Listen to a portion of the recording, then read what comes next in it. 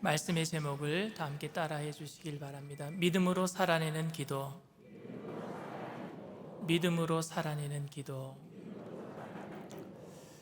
여러분, 질문하는 사람은 그 질문의 의도가 다양합니다. 제가 설교할 때 중간에 가끔 질문을 해요. 예를 들어서 예수님께서 이 땅에 오셨는데 이미 하나님 나라가 임했는데 아직 왜 이 땅에는 하나님의 나라가 임했음에도 불구하고 고통과 가난과 저주가 있습니까? 라고 제가 질문을 합니다.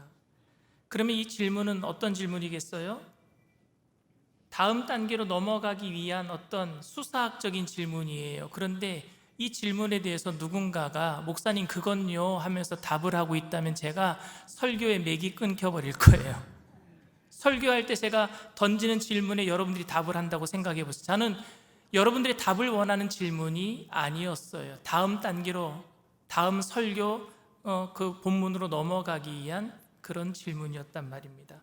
사도 바울도 고린도 교인들에게 이런 질문을 던졌어요. 고린도전서 12장 29절 말씀입니다. 다 사도이겠느냐? 다 선지자이겠느냐? 다 교사이겠느냐? 다 능력을 행하는 자이겠느냐? 다 병 고치는 은사를 가진 자이겠느냐? 다 방언을 말하는 자이겠느냐? 다 통역을 하는 자이겠느냐? 워낙 고린도 교회가 방언의 은사로, 예언의 은사로 막 그냥 예배 시간에 막 일어나서 방언하고 예언하고 질서가 없으니까 사도 바울이 이렇게 질문을 던져서 이 이야기를 한 것입니다. 이 이야기는 다음 이야기를 하기 위한, 논리적으로 다음 이야기를 하기 위한 수사학적인 질문이었습니다. 답을 원하는 질문이 아니었단 말입니다. 답을 원하지 않는 질문이 또 한 가지가 있어요. 그건 뭐냐면 청중들의 반응을 유도하는 질문입니다. 어떤 얘기냐면은 제가 예수님의 사랑에 대해서 열심히 설교한 다음에 이런 질문을 던집니다. 여러분들 예수님의 사랑이 느껴지십니까? 이 얘기는 뭐예요? 그 사랑을 깨닫고 그 사랑 앞에 우리가 믿음으로 반응하면서 열심히 살자, 이런 질문을 던진 거죠. 답을 원하는 질문이 아니라 반응을 유도해내는 질문이었습니다. 로마서 6장 1절에 사도 바울도 반응을 유도하는 질문을 이렇게 던져요. 그런즉 우리가 무슨 말을 하리요? 은혜를 더하게 하려고 죄에 거하겠느냐? 은혜가 있는 곳에, 죄가 있는 곳에 은혜가 더한다고 하니까 우리가 죄 지으면서 살아갈 수 있느냐? 그렇게 은혜가 값싼 것이냐? 우리가 은혜를 안다면은 죄를 안 짓고 살아가야 되지 않겠느냐라는 반응을 유도하는, 거룩한 삶을 유도하는 질문이었어요. 우리는 질문자의 의도가 무엇인지 알아야지 답변을 잘 할 수 있습니다. 그런데 질문자의 의도를 잘 모르게 만드는 질문들이 많아요. 무엇을 묻고 있는 건지 잘 모르겠어요. 그래서 대화를 하는 상황이라면은 저는 이렇게 물어요. 그거 지금 무슨 말씀이에요? 다시 한번 얘기해 주세요. 알게 해 주세요. 그게 어떤 의미예요? 이렇게 물어보면 되는데, 대화를 하고 있지 않은 상황에서 서면으로 질문을 던지고 있다면, 옛날에 글 써놓은 곳에 질문이 있는데 그 질문이 오늘날 우리에게 어떤 의미인지 당시 상황으로 돌아가 봐야 될 거 아니겠습니까? 질문자가 지금 살아서 우리한테 지금 당사자가 되어서 눈앞에 서 있는 게 아니잖아요. 그렇죠? 그러다 보니까 글로 써져 있는 질문들은요, 우리가 오해해서 그 질문을 잘못 받아들일 때도 많습니다.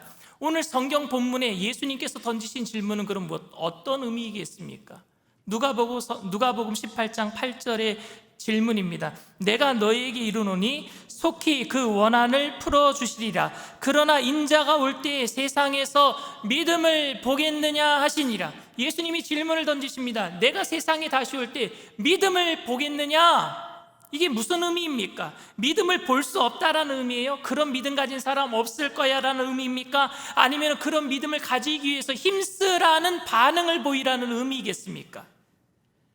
우리는 이 주님의 질문을 알아보기 위해서는요, 제가 누누이 설교 때마다 여러분들에게 말씀을 드리는데, 그 문장만 보지 마시고 앞절에 뭐라고 얘기하고 있는지, 뒤에 부분에 뭐라고 얘기하고 있는지 전후 좌우의 문맥을 다 살펴보라고 말씀을 드렸습니다. 오늘 말씀은 누가복음 18장 1절부터 나오는 불의한 재판관의 비유인데 17장에 뭐라고 얘기하고 있는지 한번 보시길 바랍니다. 17장에 보면은요, 예수님이 이 땅에 임할 환난에 대해서 얘기를 하고 계세요. 이 땅에 임할 환난, 바리새인들이 하나님의 나라가 언제 임합니까? 예수님께 물었어요. 그때 예수님께서는 이미 메시아가 왔으므로 예수님께서 이 땅에 태어나심으로 하나님의 나라가 임했다라고 말씀을 하십니다. 그러면서 하시는 말씀이 그 메시아가 다시 올 때에 이 땅에 있을 징조에 대해서 말씀을 하신 거예요. 오늘 이 땅에 예수님이 이 땅에 먼저 오심으로 하나님의 나라가 임한 줄 믿습니다. 그리고 예수님은 우리를 위해서 십자가를 지시고 죽으셨다가 사흘 만에 부활하셔서 승천하신 다음에 다시 오실 줄 믿습니다. 근데 예수님은 다시 오시기 전에 이 땅의 징조에 대해서 누가복음 18장에 얘기를 했어요. 언제 하나님의 나라가 임한다라는 언제를 말씀하신 게 아니라 그때에는 하나님의 나라가 임할 때에는 이 땅에 이런 일들이 있을 거야 라고 말씀을 하시는 겁니다. 그게 누가복음 17장 22절 이하에 나와 있습니다. 무슨 얘기를 하셨느냐?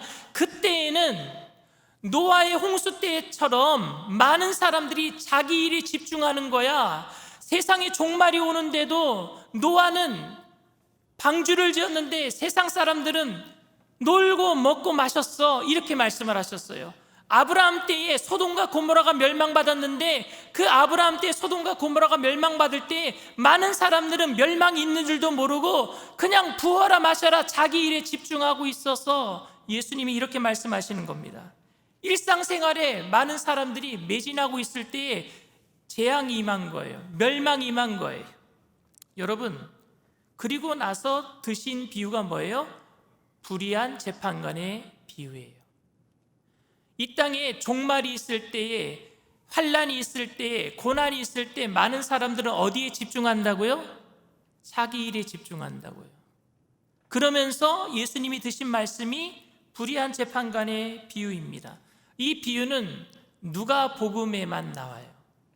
마태, 마가, 누가, 요한 4복음서 중에 누가복음에만 등장하는 비유가 불의한 재판관의 비유입니다. 근데 불의한 재판관의 비유를 드시면서 예수님께서 하신 말씀이 항상 기도하고 낙심하지 말아야 될 것을 가르치기 위해서 이 얘기를 하시는 거예요. 이 땅에는 마지막 때가 되면 뭐가 있다고요? 환난이 있다고요. 노아의 홍수에 큰 비가 내려서 많은 사람들이 죽었듯이 그런 환난이 있다고요. 마지막 때에는 소돔과 고모라의 마지막 날이 뭐가 있었어요? 불과 유황이 떨어졌잖아요. 화산재가 폭발했잖아요. 그런 환난이 있을 때에 마지막이 있었다라는 거예요. 그런 환난이 있을 때 오늘날처럼 이태원 참사로 150몇 명이나 되는 젊은이들이 죽고 세월호 사건으로 400명이 넘는 아이들이 죽고 그런 환난이 있다란 말입니다. 이 마지막 때에, 그때에 예수님께서는 비유를 통해서, 불의한 재판관의 비유를 통해서 말씀하시려고 했던 것이 무엇이냐? 항상 기도하고 낙심하지 말아야 될 것은 누가복음 18장 1절 말씀입니다. 예수께서 그들에게 항상 기도하고 낙심하지 말아야 할 것을 비유로 말씀하여, 환난이 있는 이 마지막 때에 너희들은 항상 기도하고 낙심하지 말아야 된다라고 비유로 말씀하시면서 불의한 재판관의 비유를 드세요. 근데 이 비유에 우리들은 많은 오해를 가지고 있습니다.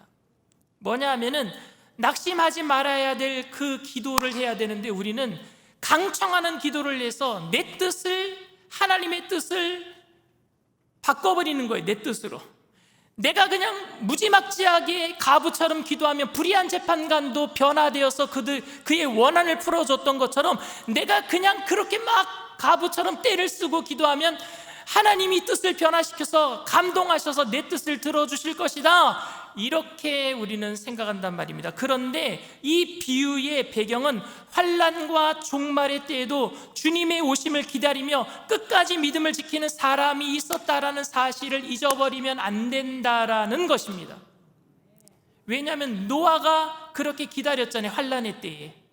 아브라함이 소돔과 고모라 때에 그렇게 아브라함이 믿음을 지켰잖아요. 그런 믿음을 가지고 기도하는 사람을 과부처럼 하나님은 비유를 드신 거예요. 불의한 재판관이 판을 치고 있는 이 세상 가운데 과부처럼 그렇게 환난 속에서 낭망하지 아니하고 낙심하지 아니하고 기도하는 사람을 내가 볼 수 있겠느냐? 예수님이 오늘 우리에게 말씀하시는 줄 믿습니다.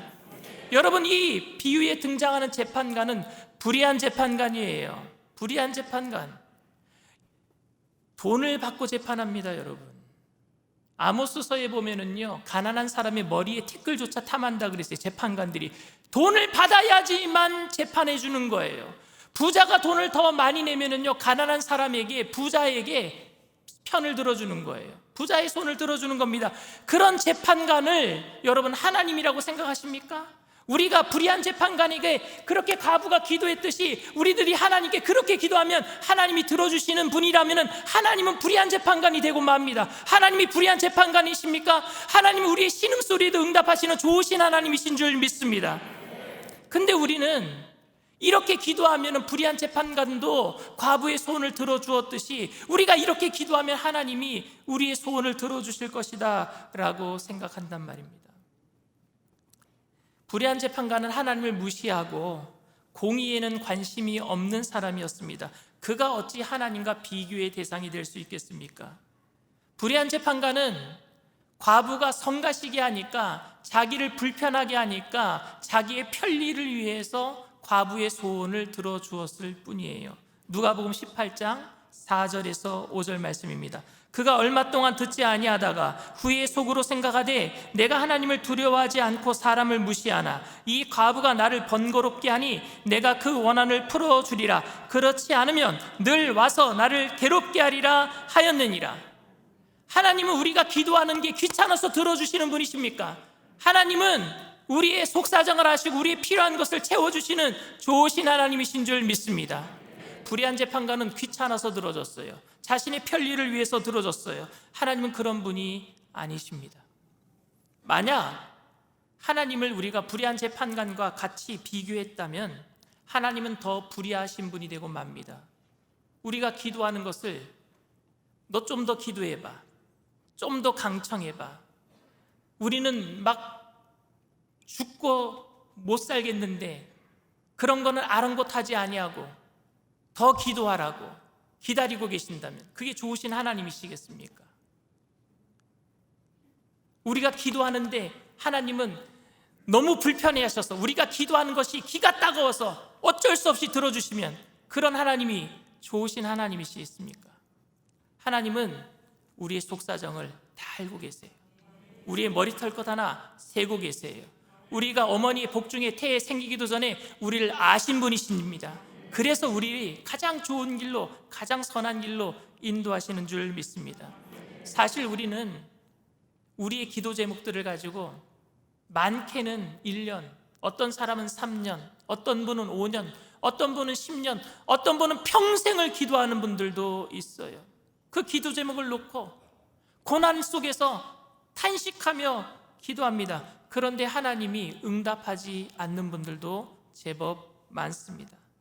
그때에 우리의 열심으로 낙심하지 않고 포기하지 아니하고 더 열정으로 더 하나님께 기도하면은 자식 이기는 부모 없듯이 하나님께서 들어주신다라고 말한다면 이 비유를 적절하게 이해하는 것은 아닐 것입니다.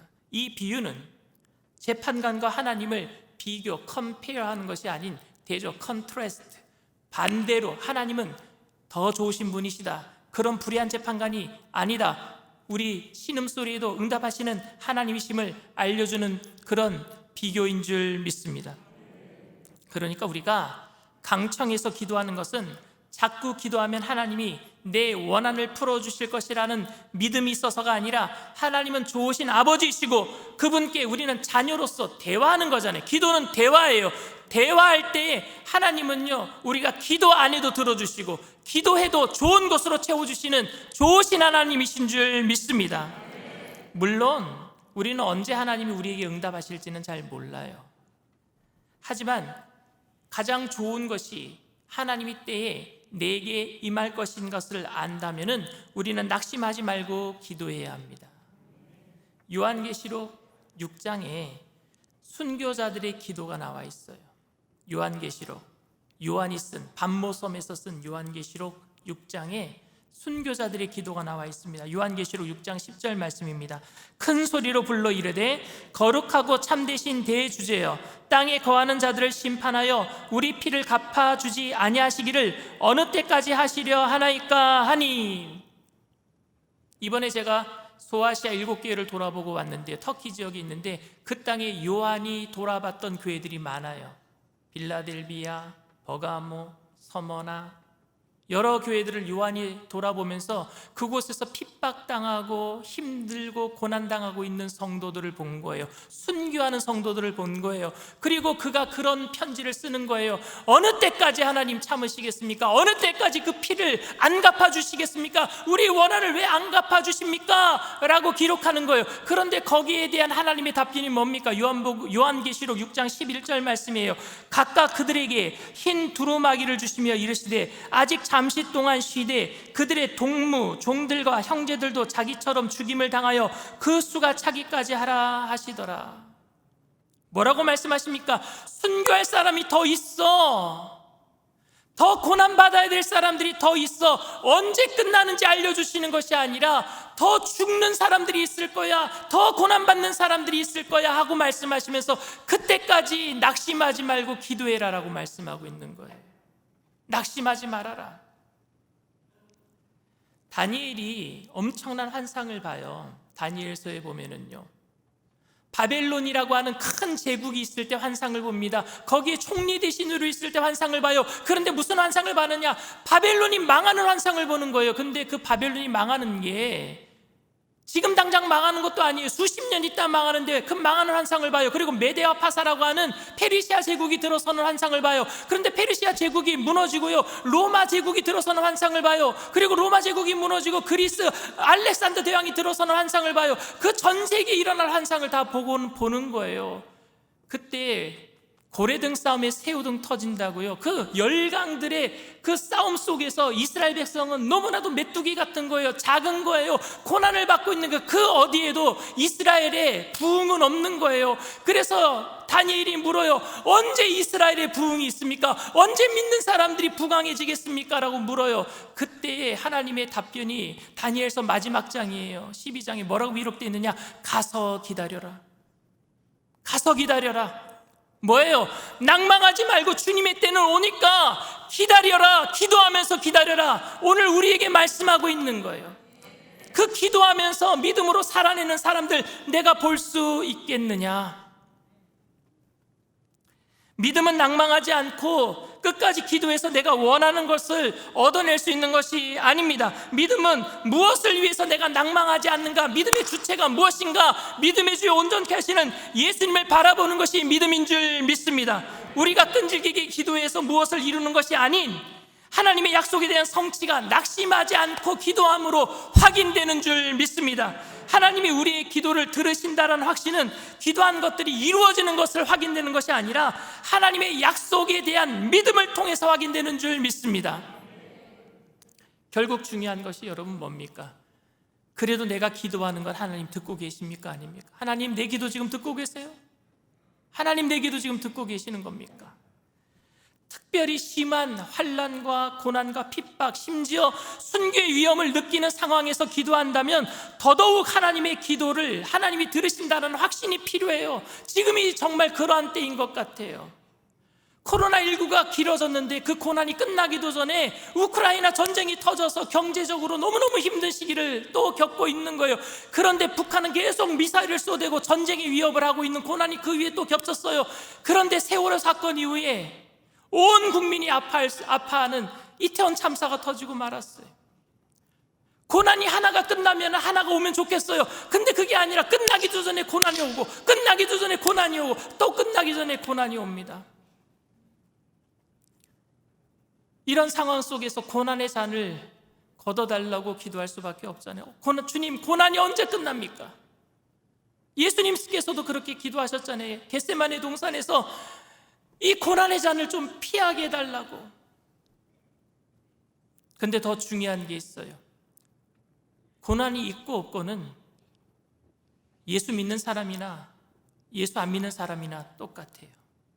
만약에 예수 믿는 사람에게 고난이 덜 온다고 하면요, 교회가 차고 넘칠 거예요. 예수를 믿으면 고난이 없다라는 소문이 들리면 왜 교회에 안 오겠습니까? 그런데 예수를 믿어도 세상 사람들과 똑같은 거예요. 고난이 있단 말입니다. 없는 게 아니라 예수를 믿어도 고난은 있어요. 고난이 있고 없고의 문제가 아니라 고난 중에 하나님이 계시느냐 안 계시느냐, 이게 중요한 것 아닙니까? 고난 중에 하나님이 우리와 함께 계시는 줄 믿습니다. 세상 사람들은 그 고난 중에 하나님이 없단 말입니다. 근데 우리의 고난 속에는 하나님이 계시기 때문에 우리가 넉넉히 이기게 될 줄 믿습니다. 그리고 고난 중에도 우리는 기다릴 수 있어요. 왜? 하나님의 뜻이 이루어질 것이니까. 그게 살아내는 기도란 말입니다. 낙심하지 말고 살아내야 하는 기도 말입니다. 시편 23편 4절에 시편 기자는 이렇게 얘기합니다. 내가 사망의 음침한 골짜기로 다닐지라도 해를 두려워하지 않을 것은 주께서 나와 함께 하심이라. 주의 지팡이와 막대기가 나와 함께 나를 안위하시나이다. 푸른 초장 실만한 물가로 인도하실 때만 하나님이 아니라 하나님은 사망의 음침한 골짜기를 다닐 때에도 하나님이셨어요. 왜 그렇게 시편 기자가 고백했을까요? 고난 속에서도 낭망하지 아니하고 살아냈기 때문에. 그게 어떻게 살아낸 거예요? 기도로 살아냈으니까. 과부가 불의한 세상 가운데, 불의한 재판장이 판을 치는 세상 가운데 기도로 살아냈기 때문에, 낭망하지 아니하고 기도로 살아냈기 때문에. 오늘 주님께서는 우리들에게 말씀하셨어요. 내가 세상이 다시 올 때 이런 믿음을 보겠느냐. 믿음으로 살아내는, 낭망하지 아니하고 기도로 살아내는 그 믿음의 사람을 보겠느냐. 여러분, 기도 응답은 응답될 때까지 기도하는 게 아니라 기도는요, 주님 오실 때까지 기도하는 것인 줄 믿습니다. 주님 오실 때까지 낙심하지 말고 기도해야 하는 거예요. 그 순간까지 우리가 기도하고 있다면 주님이 오실 때 우리들에게 볼 거예요. 말씀하실 거예요. 내가 네 믿음을 보았다. 아멘. 여러분, 믿음은 여정이에요. 여정. 나그네 길, 순례의 길. 이번에 제가 터키 순례를 하면서요, 새벽 4시에 일어나서 짐을 싸고요, 아침 먹고 출발해서 하루 종일 교회를 돌아보고 저녁에 들어와서 아주 좋은 호텔에다 짐을 풀어요. 근데 아주 좋은 호텔에다 짐을 풀어도 호텔에서 자는 것 때문에 기쁘지가 않아요. 제 기쁨은 어디 있느냐? 토요일 되면 집에 간다. 집에 가는 것 때문에 기쁜 거예요. 그리고 순례의 여정 가운데 예수님 볼 수 있어서 기쁘고, 순례의 여정 가운데 믿음의 선진들이 예수님을 따라간 발자취를 볼 수 있어서 기쁜 거예요. 이 땅에서 여러분, 대걸과 같은 집에서 살기 때문에 기쁜 것도 아니고, 초가산부 안에서 살기 때문에 절망할 것도 없습니다. 우리는 다 천국에 갈 줄 믿습니다. 영원한 집, 본향으로. 그러나 대걸과 같은 집에서, 호텔과 같은 좋은 호텔에서 잠을 자더라도, 아니면은 여인숙과 같은 곳에서 잠을 자더라도 기뻐할 것은 예수님의 발자취를 따라가기 때문에 기뻐하는 것인 줄 믿습니다. 그래서 믿음은 여정이에요. 그 여정이 천국 티켓을 믿음으로 받았기 때문에 막 아무렇게나 살아도 된다는 것이 아니라, 그 여정은 낭망하지 않고 기도하는 거예요. 오늘 본문에 예수님은 기도 이야기를 한 것이 아니라 믿음 이야기를 하셨습니다. 항상 기도하고 낭망하지 말아야 할 것, 그것은 믿음 때문이었어요. 낭망하지 않기 위해서, 믿음 지키기 위해서 기도하라고 말씀하셨습니다.